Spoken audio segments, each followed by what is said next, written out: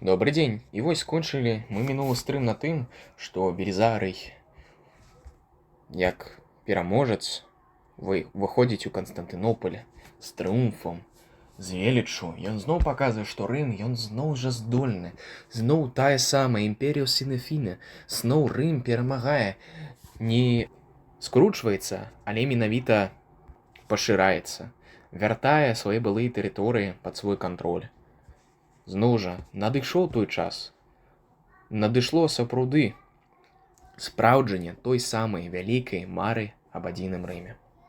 Але адной толькі Афрыкай не абыдзешся, бо ў Рымскай імперыі няма Рыму, як гэта так увогуле. Чаму гэта так адбылося? Чаму правінцыя Італія, тая самая ідэалагічная радзіма рымскай цывілізацыі, яе вытокі, яе, калыбель, дзе яна пачыналася, чаму яна зараз не пад уладай той самай Рымскай імперыі, той самай інстытуцыі, якая, адтуль выйшла, бо зараз гэта не там нейкая, не Візантыя абстрактная, не, это тая самая Рымская імперыя, але проста са сталіцай у іншым горадзе, у Канстантынополі, якую нават сам Канстантын пры заснаванні назваў Новы Рым. Але ж, местныя людзі, яны прывыклі яе называць Канстантынополь. І ўсё ж такі, Рыму трэба Рым. І таму Велізарый пасля свайго трыумфу ў Рыме збіраецца на сваю новую кампанію, на адваяванне Італіі ад каралеўства азготаў. Варта адзначыць, хто будзе тут супраціўнікам Рыма ў гэтай гісторыі. Менавіта, як казалася раней, гэта будзе каралеўства астготаў. Але пытанне, хто такія астготы, што яны тут забылі, адкуль яны ўвогуле? Як гаворылася на мінулых стрымах, астготы — гэта германскія плямёны, адна з такіх канфедэрацый іх, якая з-за кліматычных змяненняў канца другога стагоддзя, пачатка трэцяга, з-за палітычнага крызісу ў Еўропе пачала міграцыю. Спачатку яны мігрыравалі на паўднёвае ўзбярэжжа Балтыйскага мора. Там яны трошкі патусілі, пакантактавалі з балтамі, трошкі нават з протаславянамі, там разам сябравалі. Таксама яны, пачалі менавіта чапаць, мацаць новы свет, які для іх адчыніўся. Нейкія степнякі, нейкія венды, нейкія цікавыя балты, новыя германскія плямёны, гэта ўсё, новы свет для іх адчыніўся. Але, на месцы не сядзелася, яшчэ палітычная стабільнасць у рэгіёне прысутнічала, нават на тыя землі, на якія яны прыйшлі, гэта вобласць сучаснай паўночнай Польшы, давіліся, вялося палітычнае даўленне, і яны адтуль пайшлі яшчэ паўднёвей. І нават не вобласць пачатку Дуная, як зрабілі гэта там, напрыклад, тыя ж вандалы. Не, яны падумалі, што, мне здаецца, што гэтыя ўсе всякія ребяткі там вандалы, маркаманы, яны не ў ту сторону ідуць, вы ведаеце, я ведаю, што там у паўночнай Афрыцы там горы золата, але ж мне паўночную Афрыку не трэба, вы ведаеце, у вобласці паўночнага Чорнага мора, там узбярэжжы, там таксама чарназём, глеба як родзіць. Там нейкія сарбаты, канешне, бегаюць, там гунны таксама, але ж, гунны яны качэўнікі. Яны даніну, канешне, сабраць могуць, але ж, мы іх качэўе моцна не чапаем. Да і як бы мы хто? Мы готы, мы можам самі сабе абараніць. І таму яны пайшлі якраз, на тэрыторыю сучаснай паўднёвай Украіны, у вобласць Едысан, і там нават у Крым. Так, яны там трошкі сядзяць, таксама, але зноў жа даўленне, гэты ціск палітычны, ён нікуды не сыходзіць. Яны ўсё бегаюць ад яго, а ён за імі таксама прабягае. І такі, да колькі ж можна? Некаторыя ўжо ідуць, некаторыя з іх ідуць на тэрыторыю ўсходняй Рымскай імперыі, на тэрыторыю сучаснай Балгарыі. Цікава, што праз Балгарыю потым і славяне будуць пенетрыраваць рымскую мяжу. Да гэтага там Рым, як толькі ён выйшаў месца, дзе ўпадае Дунай у Чорнае мора, яны у той жа момант вынайшлі такую праблему, што, яе трэба абараняць неяк. Заўсёды кожны там праз гэты Дунай пры з гэтай дакі, там усё пруць і будуць пяраць. Зараз туды готы пайшлі, потым будуць ісці славяне, булгары, што потым разам з славянай створацца ў балгараў, таксама ўжо будуць давіць на ўсходнюю Рымскую імперыю. Хто там увогуле не быў? Таму так, яны, готы, ідуць, некаторая частка з іх ідзе якраз у ўсходнюю Рымскую імперыю, там, ну, рымскія імператары дазваляюць ім жыць, але ж там адбываецца гуманітарны крызіс, ежу не давозяць, есть нечага, таму яны збіраюцца і разбіваюць цалкам імператара Валента ў бітвы пры Адрыянополе, і ну і менавіта забіваюць імператара ўсходняй рымскай імперыі. Ну, немалое дасягненне, мне здаецца, для нейкага германскага племені. Таму так, але ну яны трошкі пажылі, парабавалі Грэцыю, парабавалі вось паўднёвыя Балканы, але ну штосьці, ну, частка з іх засталася, але большая частка з іх пайшла далей па Балканам ужо ў бок Італіі. І, дарэчы, іншая частка пайшла адразу вось у бок Альпаў, бок Італіі, а яшчэ трэцяя частка невялікая, яна засталася жыць у гэтым Крыме, і такая, яны казалі, што нам тут падабаецца, тут сонейка, тут мора, тут чарназём, ну як бы, ну нейкі ціск ёсць, але мы ведаеце, мы ў горы забежым на поўдні Крыма, там нас ніякія гунны, сарматы там, германцы, славяне, албаны там, ну, да, яны ўсе ўнізу, а я наверсе. І што ты мне зробіш, я ў гарах. Як бы, і там і засталіся жыць, і будуць яны там жыць, там, ну, ажно да 17 стагоддзя. Але зараз гаворка ідзе не пра іх, але, ну, нават гэтых готаў у Крыме апісвае сам Пракопій Кісарыйскі. І гэты Пракопій Кісарыйскі таксама сутыкнецца з імі не толькі ў Крыме, але ж і ў Італіі. Дык вось, адкуль готы ў Італіі? Ну, вось, некаторыя готы, якія пайшлі не спачатку у, там, у Грэцыю там, але яны пайшлі на захад, ну, вось, у Альпы, то яны прыйшлі на гэтыя Альпы, потым, калі Рымская імперыя заходняя пачала развальвацца, то яны ў Альпах, ну, калі Альпы сидзелі, у вытоку дна, такія, ну, Рым, гэта такі самы смачненькі кусочак пірага. Так, там, там, ну, глеба, ну, такая сабе, там, але ж, ну, аліўкі, ну, нармалёвыя, там, віно робіцца, нават нейкі багаты гарады, Рым, мільённік, гэта, Рым, гэта такі самы смачны, самы ввогуле багатая частка заходняй імперыі, таму ўсе туды рваліся, і хто там яго толькі не рабаваў. Але у готаў быў іншы план, яны хацелі там жыць. І нават яны, ну вось, частка, якая пайшла спачатку не ў Грэцыю, але на захад, яна потым прыйшла ў Італію, там асела, не асімілявалася, бо зноў жа у іх было іншае хрысціянства, чаму яны не асіміляваліся, мяркуюся у мінулым відэа, таму што іх былі там розныя культурныя прасторы, менш агульнага з местным грамадствам, таму што яны лічылі іх еретыкамі, местное грамадства лічыла еретыкамі саміх готаў. Ну, і ўвогуле яны такія былі кастай кіроўцаў, ну, просто захопнікі, якія прыйшлі, казалі, вось, вы раней плацілі падаткі Рыму, сенату там, але зараз, калі ласка, плаціце падаткі нам. І менавіта, ну, аселі, і яны, ну, у асноўным яны займалі якраз і тытул магістра мілітума, то есть кіраўніка арміі Рыму. Ну, это быў чалавек, які ўвогуле запраўляў усей заходняй рымскай палітыцай у 5 стагоддзі. То есть, калі ўжо Рым заходні зусім дэградаваў, калі яго пасада імператара, ну, ўжо значыла літаральна нічога, але, ну, была фармальнай цалкам. І вось готы трошкі пакіравалі, пагуляліся, але потым, як абмяркоўвалася ў першай часткі гэтага цыкла стрыму пра Юстыніяна, такі чалавек, як Адакар, ну, адзін з шматлікіх правадыроў готаў, яму гэта надакучыла, ён выслаў інсігніі з заходняга Рыму ў Рым усходні. І таму так, у 476 годзе з'явілася такая паўнавартасная дзяржава, каралеўства Астготаў, якая кіравала не толькі Італіі, але ж і тэрыторыі Далмацыі і Ілірыі, ну, гэта тэрыторыя сучаснай Харватыі, Босніі, таксама Славеніі.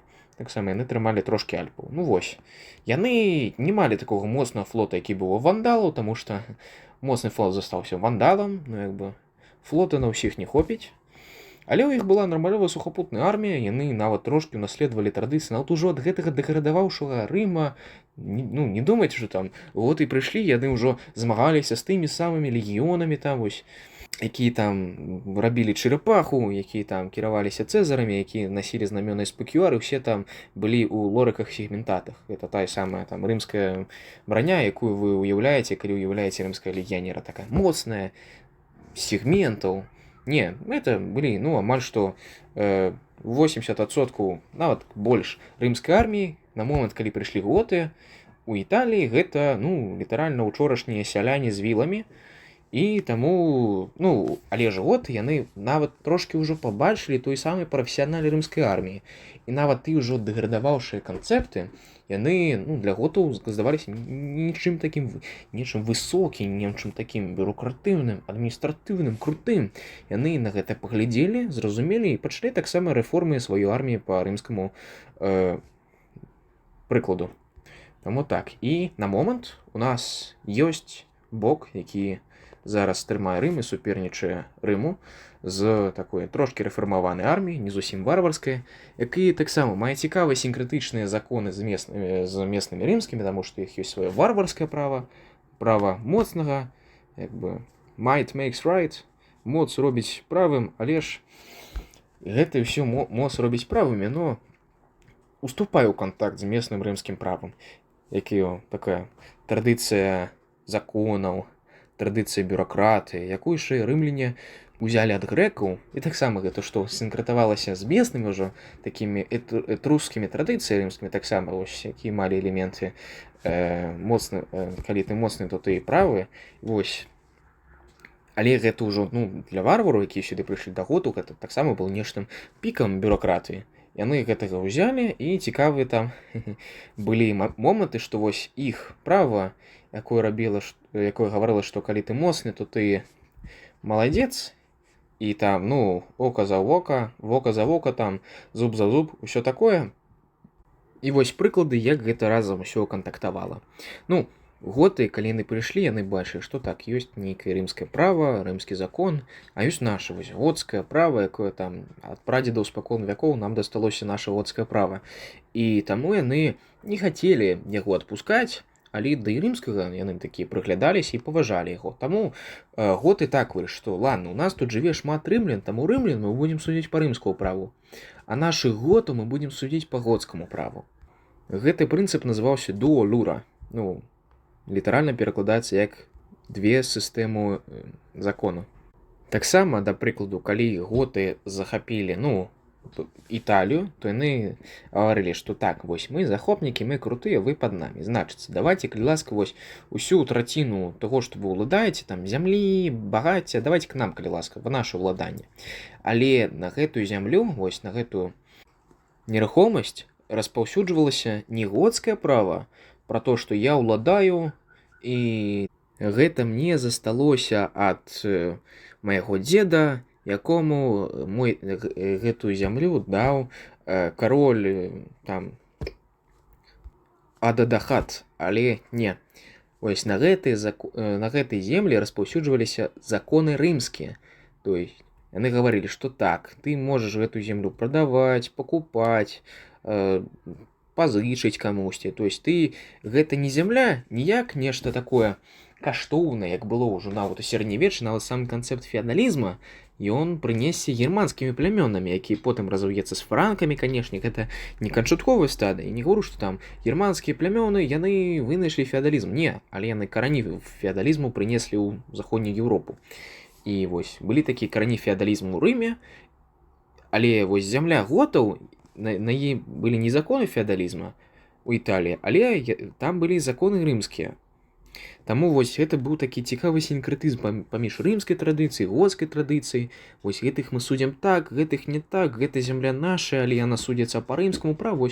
Таму Італія, яна была ў сваім сэнсе унікальным месцам, дзе гэты германскі свет, варварскі, такі моцны, такі без права, дзе моцны самы правы, і рымскі свет бюракратыі, свет там, дзе давайте дамовімся, а можа там прададзім гэта камусьці, дзе гэта сутыкалася і выдавала нейкія цікавыя формы.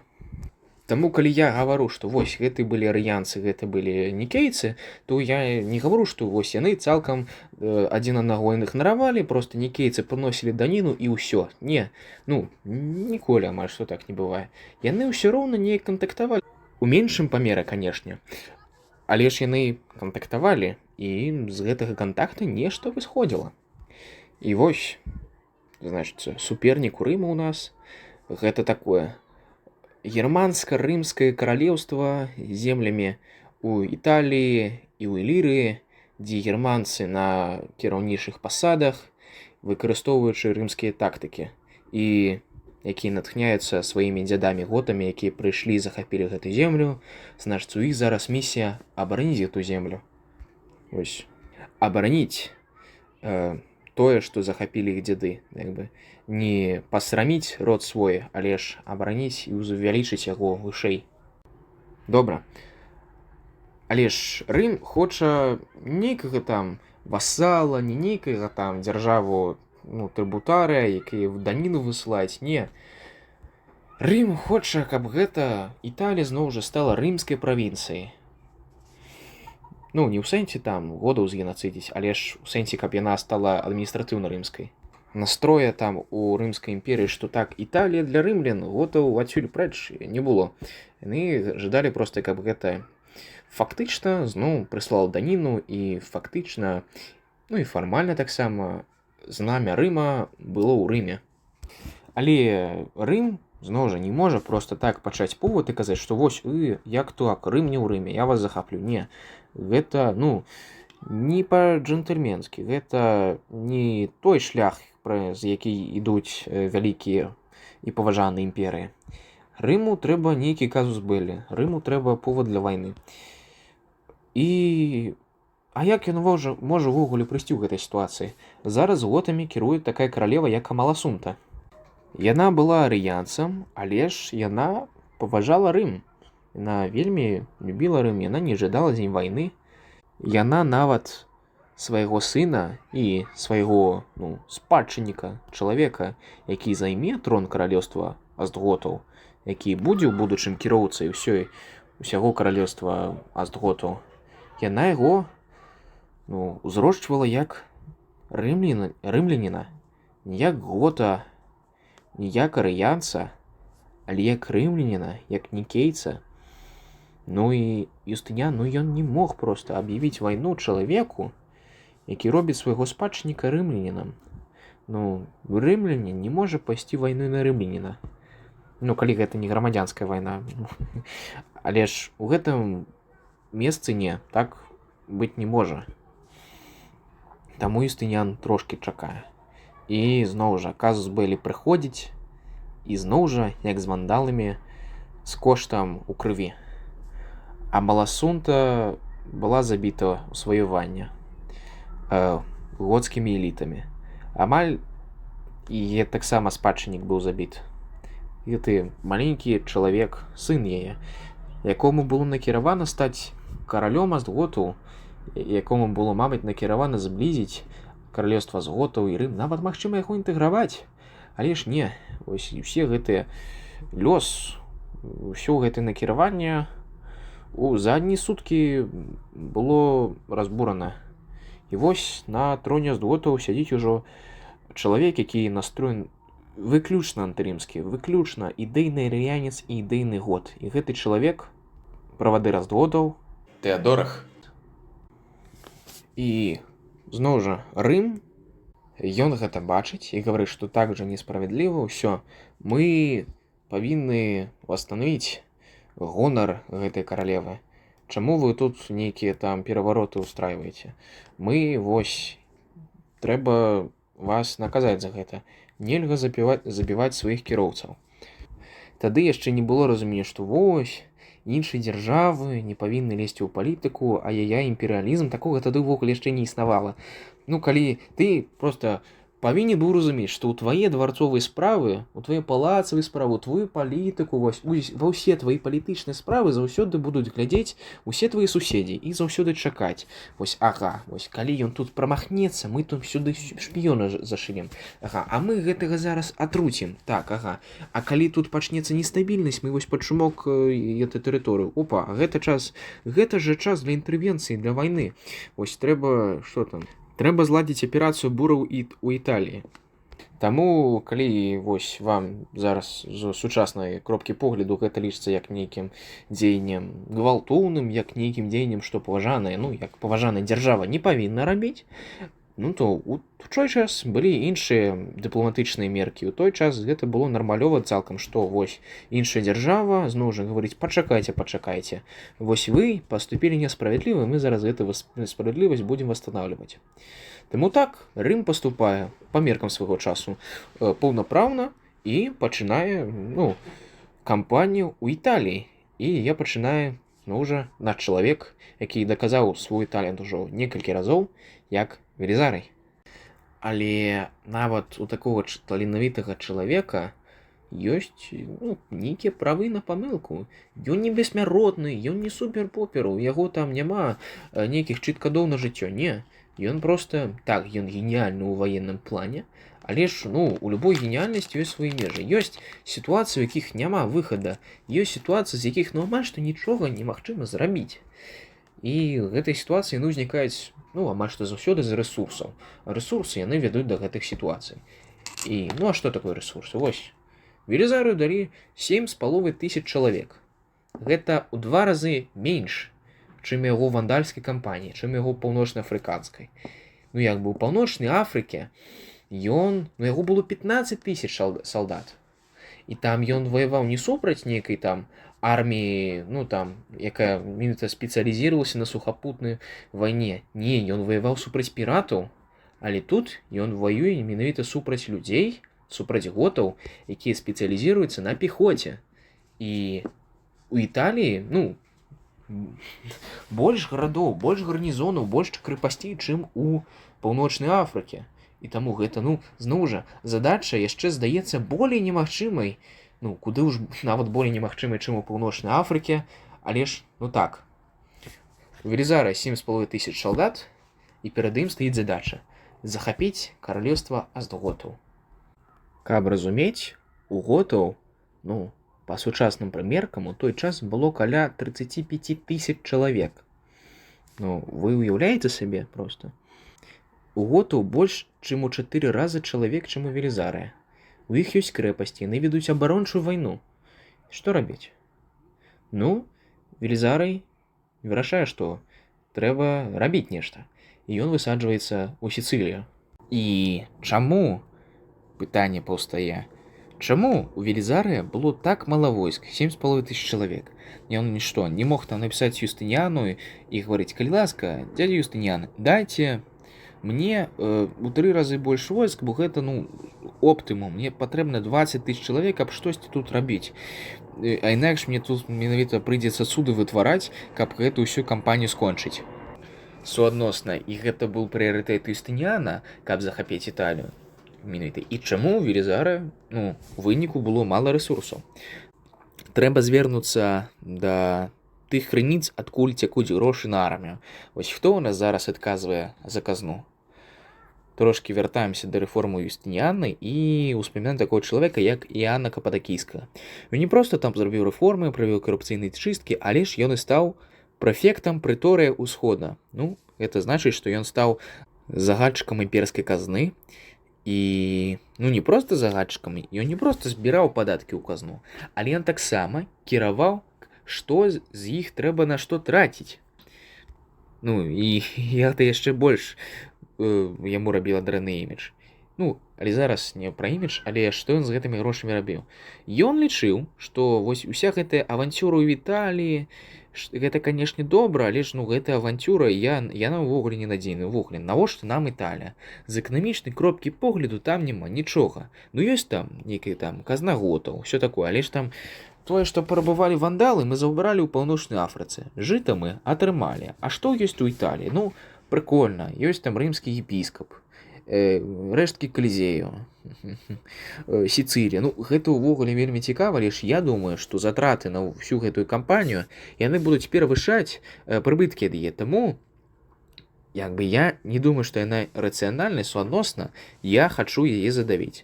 У візантыйскім двары не проста я не хачу, значыць я не буду рабіць. Не.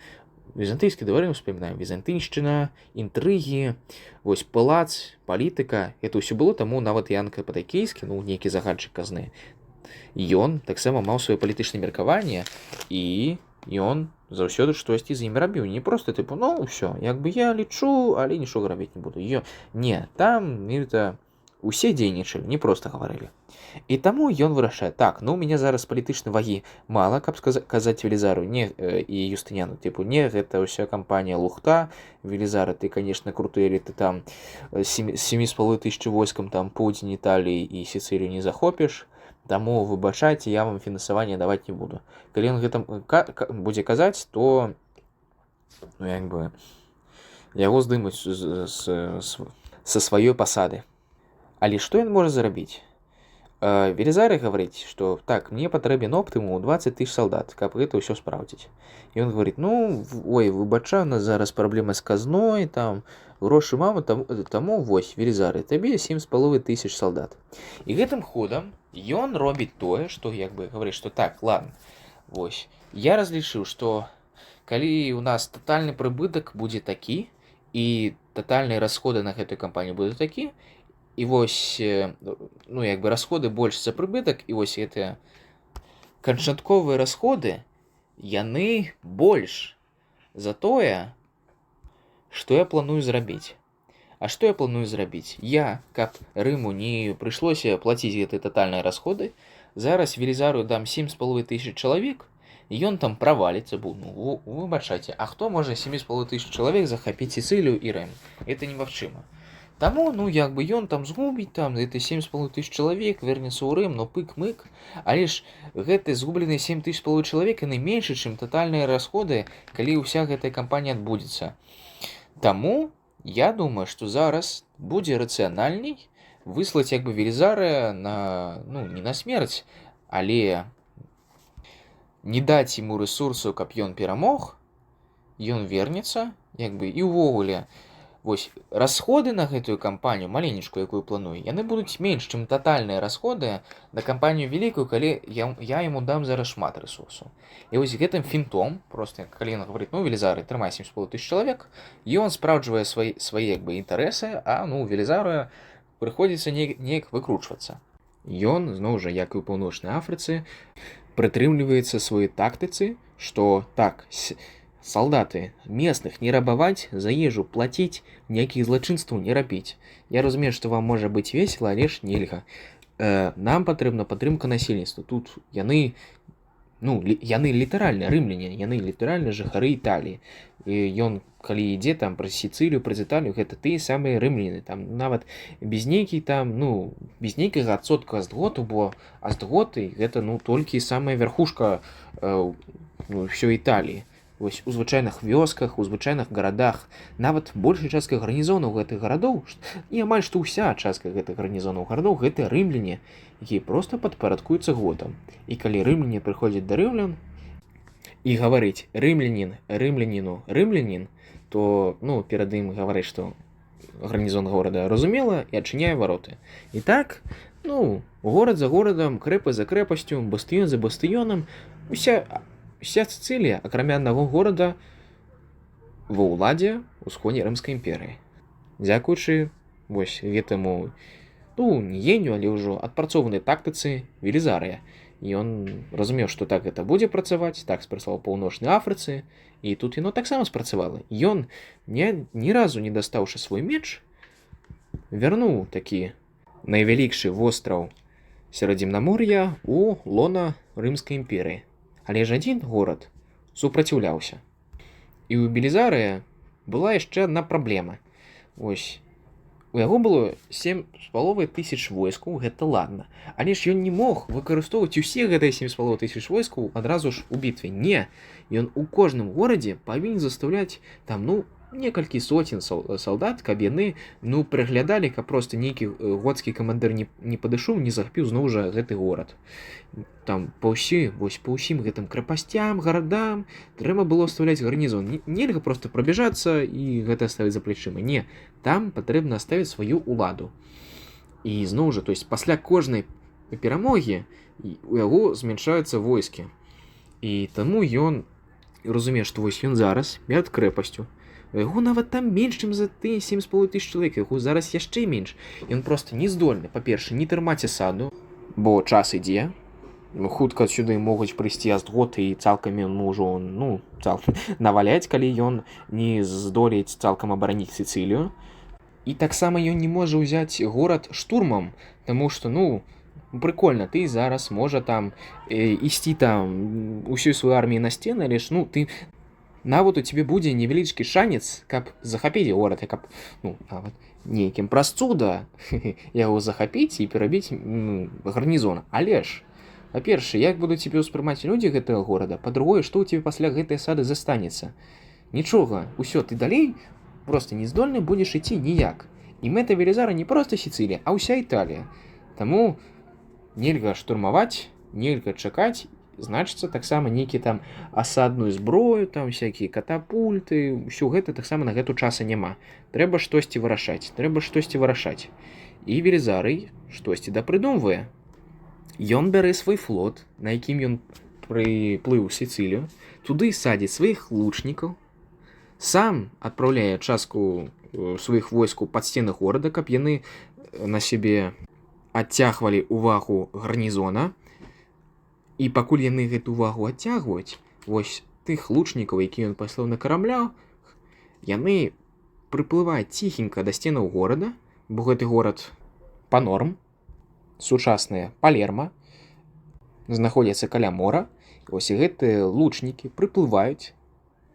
І ведаеце, што яны робяць? Яны забіраюцца на мачты, каб быць на адным узроўні, ну, па вышыні з абаронцамі з гарнізону горада, які на сценах, і яны з гэтых мачт абстрэльваюць гарнізон горада. Вось, ну это, уяўляеце сабе, просто лучнік залез на мачту і з карабля, вось, адзін за адным выцягвае са сценаў гарнізон, просто стрела ляціць, у аднаго абаронца трапіла, у іншага, і так, абаронцам за абаронцам гарнізон цалкам знікае. Гэтыя лучнікі вылазяць, адчыняюць вароты, і ў горад заходзіць армія Велізарыя. Там амаль што жертв не было, ніякіх не было згубаў у Велізарыя, не. Просто дзякуючы гэтаму, ну, я лічу, што гэта неверагодна. Ён захоплівае горад, захоплівае Панорм, і з гэтым ён вяртае ў Рым Сіцылію. І вось, дзякуючы тактычнаму генію свайму, ну і проста нармалёвай тактыцы, што не рабаваць насельніцтва і проста ветліва іх прасіць, бо Сіцылія, яна і так была незадавольнай уладай готаў. Яна была багатым рэгіёнам, там жыло, ну, там амаль што ўсе былі рымлянамі, там з готаў амаль што нікога не было, яны проста плацілі даніну там неяку Рым, нікаму там каралю готаў, і ўсё, не, яны разумелі, што ім бліжэй рымляне, чым готы. І яны таксама былі багатымі. І вось, багатая правінцыя вяртаюцца ў лона Рыма. Велізарый збіраецца, свае 7,5 салдат, і ўжо у 535-6 годзе ён ідзе ў Італію. І зноў жа, тактыца, наша знаёмая, ідзем, ветліва просім, заходзім, збіраем все, што трэба, кажам дзякуй, заставляем гарнізон, ідзе далей. І вось ён ідзе вось па там горад за горадам, крэпасць за крэпасцю, па заходняму узбярэжжу Італіі. Але зноў жа, ну, мала войску, як увогуле з такімі мізэрнымі рэсурсамі магчыма нешта зрабіць. Ён разумее, што калі прыйдзе зараз армія готаў, то яму зараз, ну ўсё, канец будзе.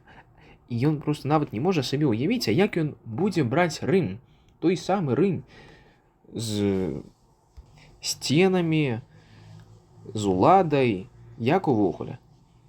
Гэта не, дарэчы, сталіца каралевства з готаў, але Равенна, сталіца з готаў. Рым, ну такая, там сядзіць сенат, там сядзіць епіскап рымскі, які называў сабе папай. Ну, яшчэ не папай рымскі, яшчэ гэта не той самы круты, як бы, першы сярод роўных людзей у ўсёй заходняй цэрквы, не. Ён яшчэ, ну, проста епіскап рымскі, які, ну, мае ўладу, але ж да яго так з гонарам звяртаюцца папа. Так. І гэты папа і, ну, сенат Рыма, яны недалюбліваюць уладу готаў. Вось, ну, не любяць. Але, ну, Велізарый, ну, ён не можа ўсё-такі ісці, так прыгаць па ўзбярэжжу і так да Рыма. Не. Ну, не ўсё бывае так лёгка. І таму ён даходзіць да такога горада, як Неапаль. Ну, па назве разумела, што гэты горад быў заснаваны грэцкімі каланістамі, там сапраўды была вялікая грэцкая дыяспара, Ну і па логіцы гэта ж там адзін з першых гарадоў, які можа гаварыць: о, усходні рымляне, гэта ж тое самае, як і мы, гэта Рым плюс грэкі. Это ж мы. Да, а ну давайте сюды. Не, Неаполь ён супраціўляецца. Зноў жа сцены, часу на штурм няма, часу на асаду няма, штурм самагубства, нейкія асадныя зброя гэта не, і Велізар ён сядзіць і думае: не, ужо з караблямі фінт не правернуць. Што ўвогуле рабіць? Ці гэта і ёсць сітуацыя, з якой ён не можа ўвогуле знайсці нейкі выхад? Ці гэта ёсць гэтая пробка ў рымскай кампаніі? Ці працягне ён рабіць свае цуды, свае фінты, свае стратэгічныя, але яго залаты меч зламаецца б гэты камень неапальскі. І ён сядзіць і думае, ужо вечарэе, і раптоўна да яго прыходзіць цікавая навіна, што вось адзін з местных людзей падышоў да яго і казаў, што у мяне ёсць інфармацыя, з якой я жадаю вам падзяліцца. Але, за ганарар, канешне. Так, яму заплачваюць, ён говорыць, што так, я бачу, што вы збіраецесь браць Рым, і вы ведаеце, што так, там сцены вялікія, там усё такое, але ж ведаеце, што тут былі рымляне, будавалі акведукі, і ведаеце, я тут люблю хадзіць па мясцінам, я тут усё ведаю. І тут ёсць акведук, і я бачыў, што гэты акведук вядзе ў Неапаль, і што уваход у яго, праз які павінна цячы вада, ён разумела, што ён там ужо з пачатку 5 стагоддзя ўжо не працуе. Але, трубы засталіся. І вось пачатак гэтай трубы, праз якую мала цекчы вада, ён, такі шырокі, давольна шырокі. Там, нармальна. Мне здаецца, калі яго трошкі расшырыць, то туды, магчыма, уводзіць чалавек. Но далей, я думаю, вы самі здагадаецеся, што трэба зрабіць. Велізары гэтай навіне проста, удзячны. Проста, нават у гэты момант, калі ужо няма абсолютно ніякага рацыянальнага шляху, яму проста шансуе. Проста нейкі лёс выдае яму падарунак. Гаварыць, што так, Велізар, я разумею, што табе зараз амаль што немагчыма, але трымай. Сектар шанец. Вось, гэта тваё. Таму Велізар хутка загадвае сваім людзям расшырыць, і так, раскурочыць уваход у акведук. Яны гэта робяць, і ён высылае ў Неапаль атрад наёмных варвараў, федэратаў, і гаварыць, што так, уваходзьце, калі ласка, але, пачакаць, мне трэба трошкі казаць. Ён падыходзіць да сцен горада і гаварыць: эй, неапальцы, калі ласка, адчыніце вароты, і мы ўсіх вас пашансуем, а інакш вас заб'юць. Неапальцы гавараць, што не. Велізар гаварыць, што я паспрабаваў. І аддае каманду сваім ваярам, германцам такім, якія, не то, што крывапійцы, але ж, для якіх маральныя арыентыры трошкі здвінутыя ў адрозненне ад рымскіх. Яны ўваходзяць у акведук, вылазяць у Неапаля, і чалавек за чалавекам выразаюць усю стражу. Папутна, разумела, рабуючы. Неапаль, гэта цалкам супярэчыла палітыцы Велізара. Ён говорыў, што, памятаеш, што так, нельга рабаваць насельніцтва, трэба паказваць, што мы асвабаджальнікі, а не захопнікі, але ж, гэта варвары, ці ты ім растлумачыш. Велізар ён спрабаваў, але ж, ім жа трэба неяк заплаціць, яны ж федэраты. Што, мы будзем потым рымляне адымаць у іх, хай яны самі забяруць. І таму так, варвары яны ўваходзяць і выразаюць не толькі стражу, але, і нармалёвую такую частку местнага насельніцтва. І таксама па шляху рабуючы яго і адчыняюць вароты для войскаў Велізара. Велізар уваходзіць і захапляе горад, але ж, якім коштам? Рэпутацыя. Самая галоўная зброя, у якой яго было, праз якую ён захапіў амаль што ўсю Сіцылію, акрамя аднаго горада, і ўвесь гэты шлях да яе, праз якую ён захапіў усю паўночную Афрыку, гэтай зброі яго зараз тут амаль што няма. І так ужо тут людзі былі меней ветлівымі, чым у паўночнай Афрыцы. І так яны трошкі, з падазрэннем адносіліся да рымлян, што вы тут прыйшлі, нармальна жылі, аздготы, зноў жа там падаткі пераплочваць, айвэй. І вось гэты пункт, гэты дзень, які ён зрабіў, калі ён дазволіў сваім ваярам рабаваць Неаполь, вось гэта цалкам проста яго рэпутацыю зніжае. Ён уже не спадзяецца на тое, што яму зноў жа будзе верагодным так лёгка ісці і браць пад сваё знамя гарады. Але на момант Неаполь узят праз рымскую інфраструктуру. Я лічу, што гэта амаль што лепшых кампаній, таму што вы паглядзіце на яе фінты проста.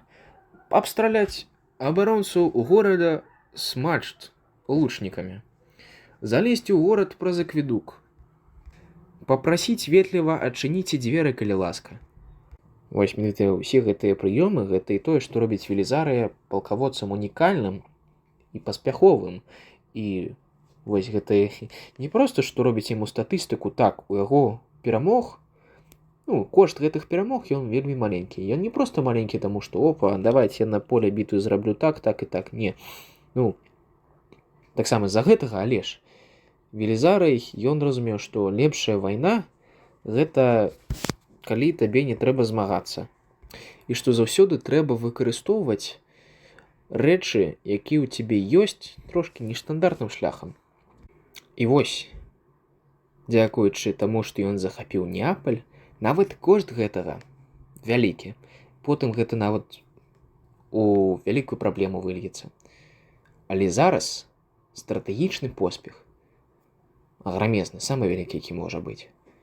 Шлях на Рым адчынены. І Велізарый увесь гэты час разам з Юстыніянам вядзе перапіску з Рымам, з сенатам рымскім, нават з царквой рымскай. І вядзе перагаворы, што можа, калі ласка, калі мы прыйдзем, то вы хутенька гарнізон годскі выкінеце і нас упусціце.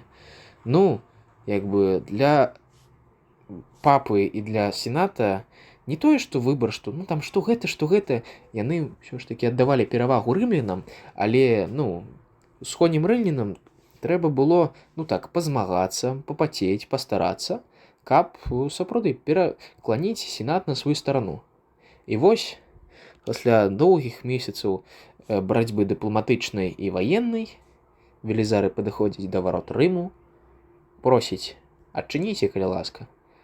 І сенат згаджаецца, папа таксама згаджаецца, епіскап рымскі.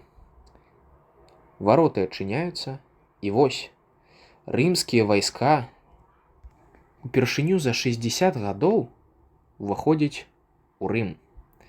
Сталіца, радзіма, вечны горад на 7 халмах. Ён зноў жа у сваёй уладзе. Не пад кімсьці, але у сваім пачатку. Рым у Рыме. І здаецца, ура, ўсё, ура, ура, мы нават готаў не сустрэлі, але ўжо вось, Сіцылію захапілі, Рым захапілі. Мы малайцы. Але варта памяці, што зноў жа, войскаў. Іх у 5 разоў менш за годскае, Юстыніян. У нас недахоп войскаў 75%. Дзе войскі? Калі ласка, выйшлі. Нам нейчым Рым абараняць, бо Рым, ён проста ідзе, горад за горадам.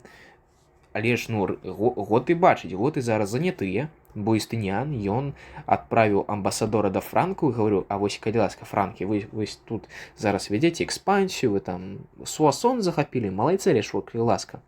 Вось я вам дам такі мяшочак золата, вось цалкам. Просто так. А вы, калі ласка, я вас сардэчна прашу, каб вы пачалі атаку на астготаў, і ўсё, што вы захапіце, мы падтрымаем. Франкі казалі: дзякуй вялікі, і пачалі на поўначы атаку на астготаў. І пакуль там астготы змагаюцца, то вось падчас гэтай фортачкі, падчас гэтага люфта Велізарый і змог захапіць Сіцылію і Рым, і па сваім шляху ні разу не сустрэўшы такой вялікай нармалёвы годскі кантынгент. Але зараз готы, яны побачаць: ой, пачакайце, яны так зараз да Равенны дайдуць, і нас увогуле каралеўства не стане. Гэта як так увогуле? Нам трэба зараз зноў назад Рым адваяваць. Але ж, зноў жа, гэта бясследна не праходзіць. І астготскага караля Тэодахада змяшчаюць, зноў жа, які там, здаецца, у другі раз за 3 гады змяшчаюць на такого чалавека, як Вітыгіс. У яго ёсць мэта адбіць назад Рым. Ён ведае, што ў Велізары ён там оставляе кантынгенты па ўсю гэту ўзбярэжжа Італіі, па ўсёй Сіцыліі. Яго ў Рыме літаральна амаль што няма войск. Просто прыходзь, захапляй, і ўсё. Таму Вітыгіс б'ецца з франкамі, але пачынае збіраць свае войскі і кіруецца да Рыму. І ў Велізары ёсць невялічкі шанец, пакуль зіма, бо зімой, ну, вы ведаеце, цяжка вайну весці, бо, ну, а дзе ты ежу возьмеш? Вось, калі ты там у канцы лета ідзеш, ты там, о, поле, прыйшоў, там у местнага насельніцтва папрасіў, дайце, калі ласка, жыта, а лепш хлеба дайце. І ўсё, і табе прывезлі свежа выпечаны хлеб, і он такі смачны, а ўзімку што? Ну, узімку насельніцтва говорыць, выбачай, у мяне зараз апошнія запасы. Калі я табе там зараз трошкі аддам, то я сам памру. Таму выбачай, але не, нічога я табе не дам. Да і воінам таксама хочацца назад, у вёсачку, да сям'і, да сыноў, да бацькоў, да дзяцей, да сваіх родных. Таму зімой, ну амаль што да 20 стагоддзя, зімой войны не вяліся. Ну, чаму 20 стагоддзі? Таму што тады там быў вынайдзены канцэпт татальнай вайны, для якой гэта ўвогуле ўсё не цікавіла. Але зараз не. Зімой ніхто не дзярэцца, ніхто не змагаецца. Усе сядзяць па дамам. Таму у Велізары ёсць гэты люфцік, гэты, ну, час, каб прадыхнуць і час, каб падрыхтавацца да асады Рыма. Яна будзе вялікая. Здаецца, у астготаў, ну, няма ніякіх нармалёвых штурмуючых прылад, але ну хто ведае, што яны там зможуць. Вось сёння няма, заўтра яны кагосьці папросяць, яны з'явяцца. Гэтага, ну, нельга.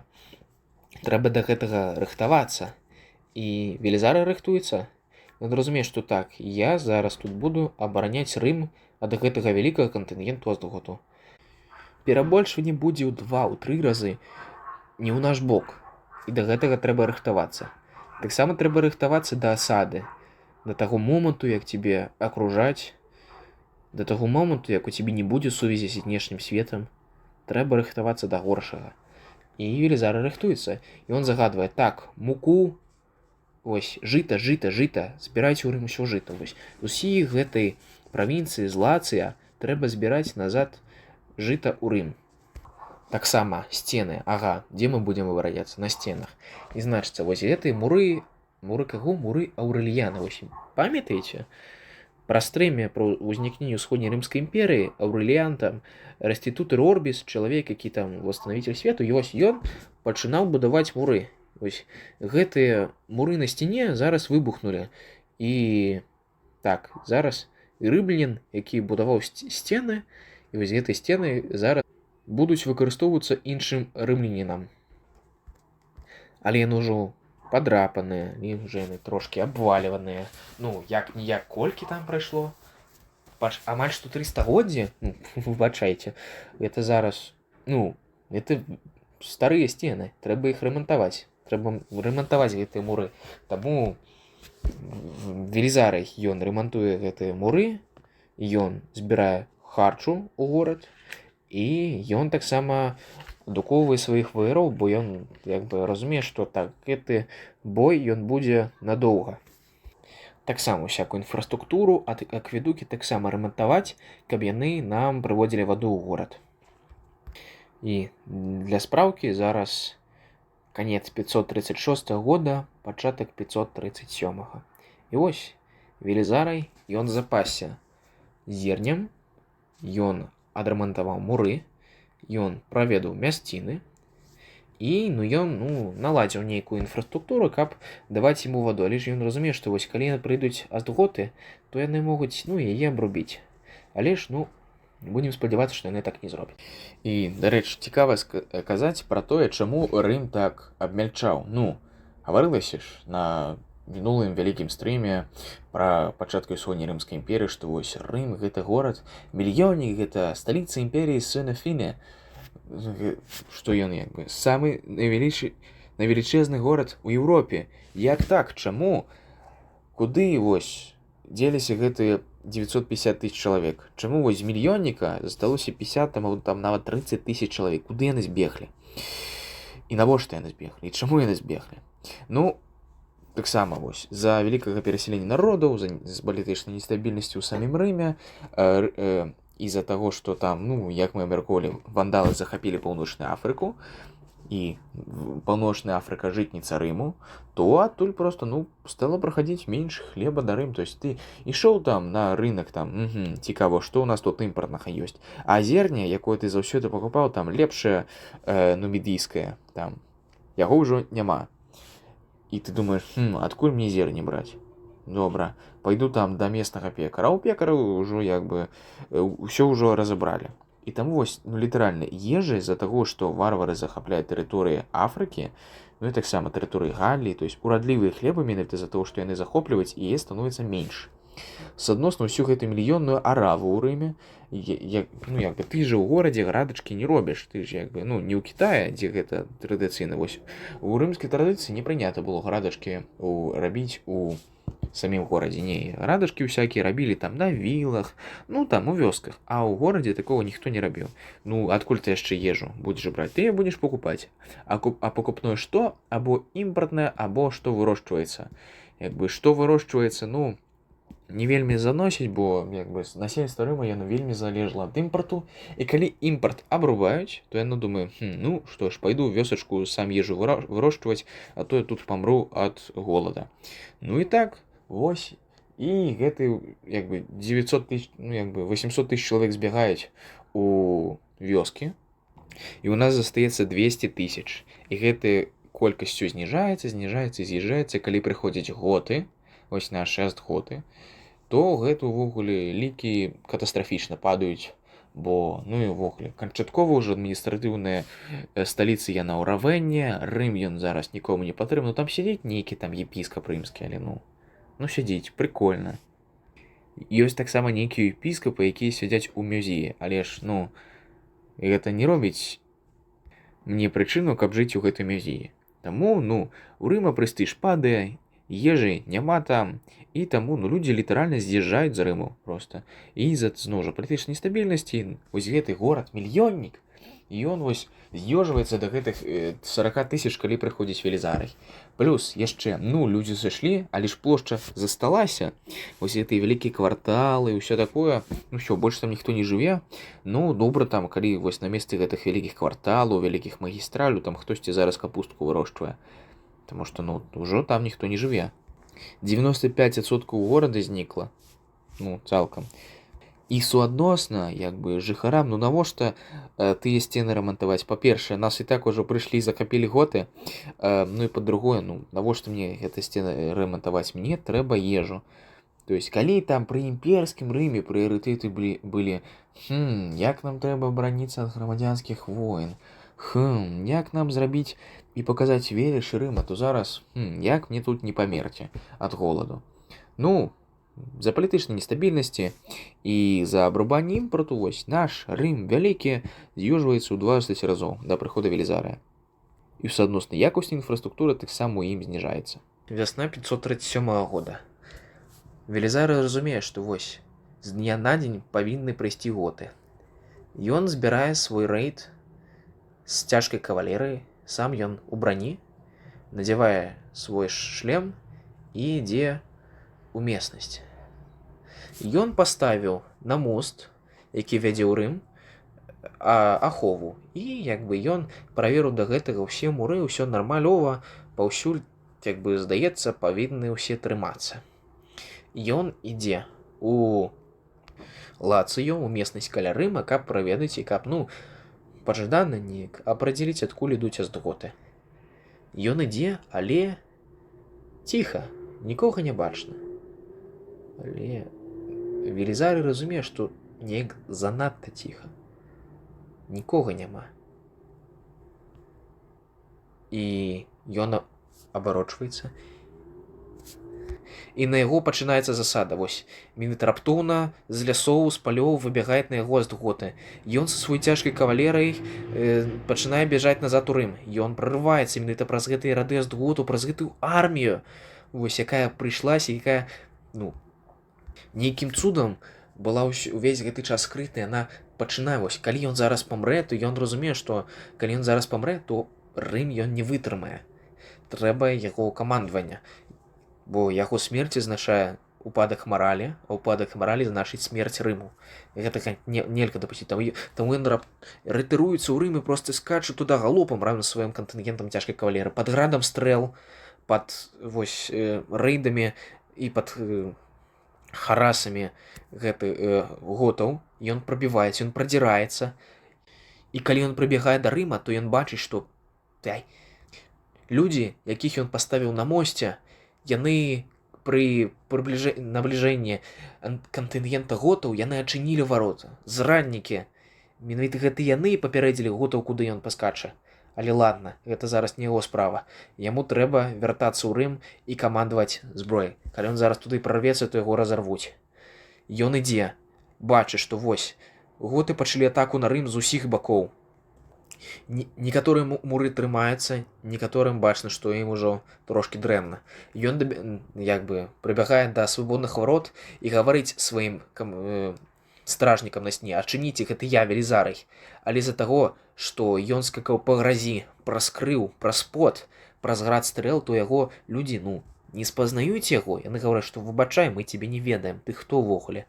У нас зараз асада, калі ты нейкі скрыты гот, які грэцкі проста ведае, які там ведае латынь, то што, ты вось зараз адчыніш варота, нас усіх перарэжаш. Таму не, выбачай, ты не Велізарый. Велізарый спрабуе, але ўжо потым плюе і гаворыць, што ладна, калі я тут зараз буду распінацца, то да мяне зараз проста прылеціць стрыла. Калі трэба памерці, то трэба памерці з доблесцю. І ён бача нейкую частку мура, дзе сваім салдатам яго вельмі дрэнна, дзе готы амаль што прарвуцца. Ён збірае сваю кавалерыю, дастае мечы з сваіх ножнаў і гаворыць: чардж, вось наперад. То есть вось менавіта такім кавалерыйскай фармацыяй, якая амаль што ў сярэднявеччы вырашала ўсе сражэнні, дзе вось менавіта пад канец боя гэты проста кантынгент масіўнай цяжкай кавалерыі, менавіта як танк проста пераязджаў пехоту, прарубаўся праз яе, проста давіў сваёй масай. І ён таксама грымеў сваімі латамі, грымеў сваім шлемам, грымеў бранёю свайго каня сваёй. І вось з мечамі наперад ён урываецца ў гэту армію готаў, пачынае біць усіх налева направа і рэзаць проста. Ён зараз ужо акружаны, яму амаль што не выбрацца. Але готы яны апешылі гэта як так увогуле. Яны не чакалі, што да іх будзе хтосьці нападаць не з горада, таму яны проста разбягаюцца, пачынаецца паніка, і гэты кантынгент готаў, нават амаль што перамог, які амаль што перамог на сцяне, ён сыходзіць, ён бяжыць ад Велізарыя. Велізарый нават сам гэтага не чакаў. У яго проста у яго броне зараз, у яго зброя тарчыць 10 стрэлы 3. Як ён увогуле не памер? Цікава. Але ж ён выжыў, і людзі на муры глядзяць: блін, гэта сапраўды Велізарый, гэта нашы рабяты, давай іх упускай. І вось Велізарый амаль што праз смерць прарваўся назад у свой горад. І па шляху выратаваў яго ад пенетрацыі готамі. Таксама неяк сітуацыю на масце ўладжваюць. І гэты рэйд, гэта нейкая вылазка, якая амаль што не скончылася для яго смерцю, нават скончылася перамогай.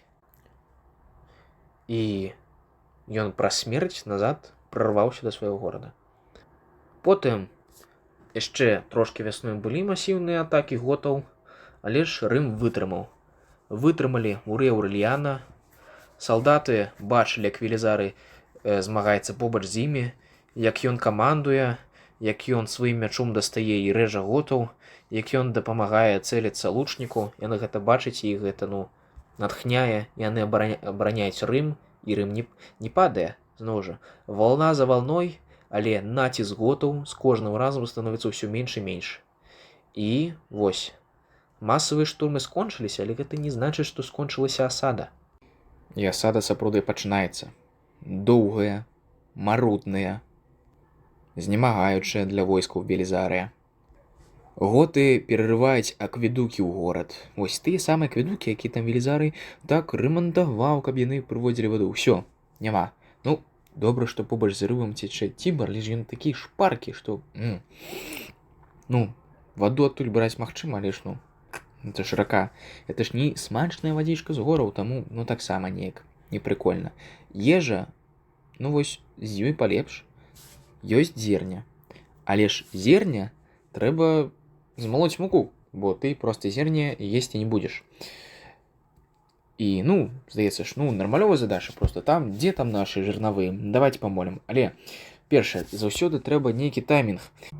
Велізару трэба, каб зерне было молата хутка, шпарка і каб хлеб пёкся. Але жырнавыя, які ёсць у Рыме, яны, ну, маленькія, ну, яны былі нацелены толькі на насельніцтва. Так, армія Велізара, яна ж невялікая, але ж і сам Рым, ён не той мільённік, які там раней быў, ён там зараз колькі там жыве? 30 тысяч? Сур'ёзна? 30 тысяч у горадзе мільённікі? Вось чаму тут раней быў праспект, чаму тут градачка нейкая? Тут раней, о, якія аркі, але ж яны зараз нейкія блеклыя, нейкія пабітыя. Усе гэтыя грамезныя кварталы Рыма, якія калісьці ўмяшчалі насельніцтва сталіцы імперыі без межаў. Зараз яны абуздалі Велізарыя, таму што памер сценаў, ну, плошча Рыма вялікая, суадносна памер сценаў таксама вялікі, каб гэта ўсё абмяжоўваць. І вось гэтыя ўсе сцены трэба абараняць, а кварталы яны пустуюць. Зноў жа, ручныя. Жырнавыя, ну, яны, ну, для ваенных мэтаў неэфектыўныя. Плюс, ладно, ну, ёсць жа там нейкія млыны, а вось не. Ветракоў тады яшчэ не вынайшлі. А, ну, ладно, побач жа ёсць Тыбар, давайте там зробім там нейкі млын, які вось вадзяны просто. Паставім там калёсік, і хай яна там будзе круціцца. Але ж, ну, не. Тібар, ён хуткі, шпаркі, і там ты на яго паставіш, ён тебе вось гэта калясо млына, ну раз, і просто яно сляціць. І таму гэта трэба думаць, а як гэта так паставіць, каб яго так трэба так і сяк, таму што рыблі яны самі не будавалі. Яны такія, так вось жа у нас акведук цячэ, а мы просто возьмем вадзічку з акведука, тут зробім адводзік, каб ні нам, ні Тібар гэты хуткі шпаркі, это там млын, это круціў, але каб вось вадзічка з акведука, наш пад вуглом цячэ, ну і давайте з яе мельці зерня, ну нармалёва, але зараз вадзічкі ў акведукі няма, ёсць Тібар. На беразе не паставіш млын, таму што ён шпаркі, плюс гэта яшчэ трэба праектыраваць, на гэта часу няма, трэба штосьці срочна вырашаць, бо калі ты зараз не вырашыш, то ў цябе, ну, мукі няма, карміць нечым, вады і так амаль што няма, і пачнуцца бунты. Гэтага нельга дапусціць. І таму Велізарый уключае свой гігамозг і думае, што трэба штосьці рабіць. О, можна ж узяць млын, але прывесці яго, але ён будзе стаяць не на беразе, а на самой рацэ. Мы просто возьмем баржу, прывяжэм яе там з двух старон да нашага берага, каб яна там не рыпалася туды-сюды, возьмем іншую баржу, яе таксама, і паставім млын паміж імі, нават лепей 2 млына, таксама на баржы, каб ён не паплыў, і прывязем да гэтых барж, каб ён таксама не ўплыў далей па Тыбру ў Сярэдземнамор'е. Ну яшчэ там іх лепей прывязе да нашага берага. І вось, ён літаральна ставіць млыны на Тібар.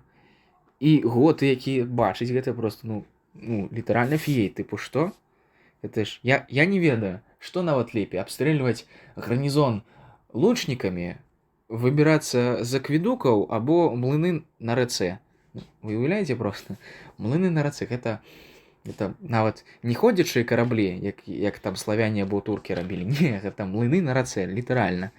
Але ж, ну, яны ў бяспечнай зоне, тут іх пакрываюць лучнікі Велізара, яны болей да Рыма, яны не ў цэнтры Тыбра, таму аздготы да іх не дастаюць. І яны просто меляць зерні, таму што Тыбар шпаркі, але ж яны, ну, хутка скалуць нейкія млыны, хутка просто вось калясо ставіць, кола ставіць, выводзіць на раку, прывязваюць, каб ён нікуды не ўплыў, і ён там меліць, і ён перамельвае зерня ў муку, і вось эту муку назад ужо хлеб пякуць. Яшчэ пра млыны. Чаму гэта было так менавіта геніяльна з боку Велізара? Ну, паставіў бы ён таксама на бераг, ну, пакапаўся б з трошкі інжынернымі канструкцыямі, але ж так. І справа ў тым, што Тыбар, ён, асабліва ў раёне Рыма, ён, па-першае, маў камяністыя берагі, і высокі на момант асады, па-другое, ён вельмі калябаўся сваім узроўнем вады. І ну у тыя гады менавіта такія былі цікавыя ападкі, таму ён там прыгаў, там ці калябаўся, што ён рэзка ўхадзіў уніз, і таму калі б ты штосьці паўдаваў на беразе, то у цябе ну літаральна кола млына б не даставала, цябе там трэба было б нейкія лопасці мяняць, там все такое. Зноў жа праца і час, якога ў велізара не было, трэба было малоць зерне зараз і тут, а там штосьці яшчэ будаваць часу не было. Або там ты б падняўся, ён твой млын ёсць, вось ён цалкам увогуле агу здзьму там у сярэдзем'е.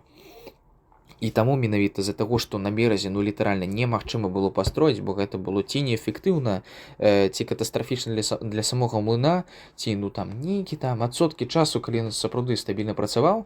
Ну там калі ты хацеў стабільна малоце зерне, то бераг это быў увогуле не твой варыянт. Таксама жырнавы былі ручнымі ў горадзе. Ну таму што як бы 30 тысячам гэтым людзей, ну ім было дастаткова ручных жырнавоў. Але ж трэба было такія жырнава, ну так мовіць, індустрыяльна, то есть якія б малолі шмат і малолі ну так моцна. А вось рака бытавала такое. І велізары думаў, і якраз оба млыны на рацэ. І вось менавіта з-за гэтых фактараў, што на Тыбры, ну, за яго калябанняў вады немагчыма было паставіць млын, і велізары ён знайшоў адзінае вырашэнне ў гэтай сітуацыі.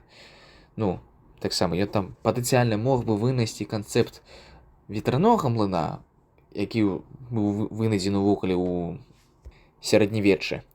Але ж ну гэта малаверагодна, таму з самых ввогуле рэальных рашэнняў велізары выбраў найсамае эфектыўнейшае, каб менавіта стабільна малоць шмат зерня для сваёй арміі. Вось менавіта чаму я ўражаны гэтым ходам. І вось ёсць ежа, ура! Зноў жа, такі геній не тактычна, але зноў жа гэты мегамозг велізары спрацаваў нават у такой нестандартнай сітуацыі. Але асада працягваецца, вады мала. І, ну а што, местнае насельніцтва ёсць, але што яму рабіць увогуле? Большасць насельніцтва Рыма было рамеснікамі. Яны выраблялі там нейкія гаршкі, яны там гандлю займаліся. Всё ж такі, яны малі гонар, тыпу, мы рымляне, мы там сапаць не будзем. Ну, будзем, канешне, градачкі у Рыма былі ўнутры, але, ну, гэта не было больше, гэта не займалася большая частка насельніцтва. Не, большая частка насельніцтва была рамеснікамі. Але ў што? Гандаль не ідзе. Сыр'ё у Рым не пастаўляецца, з Рыма таксама нічога, ну ён пад асадай літаральна. І што рабіць? Яны сумуюць, ім нечага рабіць. Яны думаюць, а можа мы пойдзем да готаў? Ну як бы, а велізары ім і адказы, а можа вы ў армію мой пойдзеце? І ідуць. Сапраўды велізары, ну таму што местнаму насельніцтву рабіць літаральна нічога, яны ідуць у армію велізарыя і ахоўваюць разам з ім межы Рыма. Вось, разам з млыном на рацэ і з рымскімі салдатамі, разам з іншымі рымскімі салдатамі, рымска-імперскімі і рымска-гарадскімі, яны разам на муры абараняюць горад ад нападаў готаў. І так ідзе час. І нарэшце надышлі падкрапленне ад Юстыніяна. Ура! Ура! Нарэшце! І вось конніца. Яна ў горадзе. Ну што конніцу ў горадзе рабіць? Яна калісьці выратавала жыццё велізарыю. Ну таксама браню, якую ён насіў. Это... Але яна, ну, пры ахове, ну, яна бессэнсоўная цалкам. Ты што, каня на сцены палезеш, каб ён зараз возьме лук і будзе стаяць на надзоры і страляць з гэтага лука сваімі капытамі ў готаў. Не. Конь, літаральна, пры асадах і пры штурмах, ён бессэнсоўны. А ведаеце, што з ім магчыма рабіць? З ім магчыма харасіць войскі ворага. З ім магчыма рабіць рэйды, рабаваць, перарваць ланцужкі паставак. І вось гэта ўсё маленькія атрады, хуценька набягаць, як качэўнікі. Тактыка hit and run. То есть набег, збег. І таму так, велізарый, ён ачухваецца трошкі, разумее сітуацыю, так, і гаварыць, так, значыцца, давайце мне атрад коннікаў, і я пайшоў. Таксама ты ідзі туды, я іду туды. І яны пачынаць. Вось нейкім ідзе маленькі кантынгент готаў, а ну хуценька яго цяжкай кавалерыяй абмяжоўваем і чарджам яго проста ўтаптываем у зямлі. І ўтаптываюць. Далей ідзе караван да готаў, але ага, значыцца мы яго ветліва да сябе папросім. І зноў жа караван да готаў болей не ідзе. Рабуюць караваны. Так. Таксама Харасім. Факеламі маячым каля начных лагераў готаў, каб яны не спалі, каб і на наступны дзень яны былі не выспаўшыся. І вось так месяц за месяцаў, тыдзень за тыдзень яны харасіць, вось набягаюць, рэдзіць готаў, і готы разумеюць, што вось мы спрабавалі штурмаваць, зараз гэта бессэнсоўна. Рымляне яны млыны на раку паставілі, ежу ў іх нармальна, вады таксама, бунту не бачыцца, мы гэты сцены Аўрэліяна. Давайце сцены Аўрэліяна штурманём. Ведаеце што? Вось мы зараз. Мы, канешне, готы, але ж мы зараз нейкіх інжынераў да сябе завітаем, папросім іх пабудаваць асадную зброю, і мы этой асаднай зброю будзем штурмаваць. Так, яны, значыцца, робяць гэтыя вялікія тараны, гэтыя вялікія асадныя башні, гэтыя монстры, гэтыя грамадзіны. І вось адным днём яны бачаць, што яны ідуць на Рым. Іх шмат, яны вялікія, і побач з імі кантынгент готаў. Ось, на сценах, стражнікі, яны баяцца, што з імі будзе. Вось гэты зараз таран падыдзе да сценаў, што ад гэтых муроў застанецца. Яны дрыжаць, яны ў жаху ад гэтага. Але раптоўна адзін з лучнікаў усмяецца над гэтым таранам і страляе ў чалавека, які яго вядзе, бо ён літаральна без зброі, проста нейкі сялянін, або не сялянін, проста нейкі крэпкі год, які вядзе таран, ён яго страляе з лука і забівае яго. Ён гаворыць: так яны ж, а готы-то без зброі. Яны вось адзін за адным страляюць у готаў, і яны-то вось усе гэтыя грамадзіны адзін за адным, іх маторчыкі гэта, якія іх цягнулі, вось гэтых готаў, яны выкасілі аднаго, выкасілі іншага, выкасілі трэці, ўсё, таран, такі вялікі, такі грамадны, ён зараз не рухаецца цалкам. Таму што яны знішчылі тых, хто яго рухаў. І вось так вось гэтая вялікая пагроза проста, нейкая апошняя папытка готаў хоць нешта зрабіць у гэтай асадзе, такім чынам лёгкім была адбіта рымлянамі. Готы разумеюць на гэта, глядзяць, гавораць фу і здымаюць асаду з Рыма. Таксама яны робяць мір з Рымам на 3 месяца. І вось Велізарый здолеў абараніць Рым ад войскаў, якія перабольшвалі яго войскі ў 3 або нават у 4 разы. Ён здолеў нават з адрэзнымі акведукамі, нават без млыноў у горадзе, нават з нізкай мараллю ён здолеў абараніць вечны горад ад варвараў. Ён здолеў абароніць гонар Рыма. Ён гэта здолеў зрабіць, зноў жа паказаў свой тактычны гень, як ён паказвае яго пры Дары, у паўночнай Афрыцы, у Сіцыліі, у Неапале. Вось зараз усе гэтыя дзеянні, гэта ўсе чарджы камікадзе яго у натоўп ворагаў пад мурамі Рыма, дзе ён амаль што не загінуў. Все яго гэтыя гераічныя прадзіранні праз натоўп ворагаў, калі яго трапілі ў засаду. Усё гэта было недарма. Рым абаронены. Рым зноў рымскі. І далей Велізарыя чакае змаганне з остготамі, шматлікія асады, доўгая кампанія. І нават рэсурсы ўжо для гэтай кампаніі прыбываюць. І разам з гэтымі рэсурсамі новыя людзі, генералы і камандыры, з якімі Велізарый будзе маць спрэчкі. Але менавіта ў якім выглядзе гэта ўсё будзе, як будуць далей развівацца падзеі, і чым скончыцца гэтая кампанія, з якімі вынікамі, мы пагаворым у наступным відэа. Але зараз дзякую вам усім вялікі за прагляд. Да пабачэння!